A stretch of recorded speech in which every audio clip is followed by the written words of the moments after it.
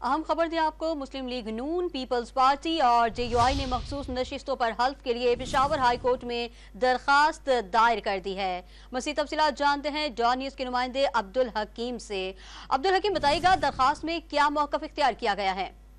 ये जी बिल्कुल, जो नून लीग, पीपल पार्टी और JUI ने मुश्तरका तौर पर दरखास्त दायर की है कि जो मखसूस नशिस्तों पर ख़वातीन हैं उनका हल्फ लिया जाए। हल्फ लेने के हवाले से जो दायर दरखास्त की गई है उसमें ये मौक़िफ़ अपनाया गया है कि जो डिलेइंग टैक्टिक्स का अमल किया जा रहा है, हुकूमत की जानिब से इजलास नहीं बुलाया जा रहा है, ये बदनीयती पर मबनी है। पेशावर हाई कोर्ट ने जो सुन्नी इत्तेहाद कौंसिल का फैसला था, जो दरखास्त थी उसको मुस्तरद किया है और अब जो ख़वातीन मखसूस नशिस्त पर इलेक्शन कमीशन की जानिब से नोटिफाई हुई है उनसे हल्फ लिया जाए।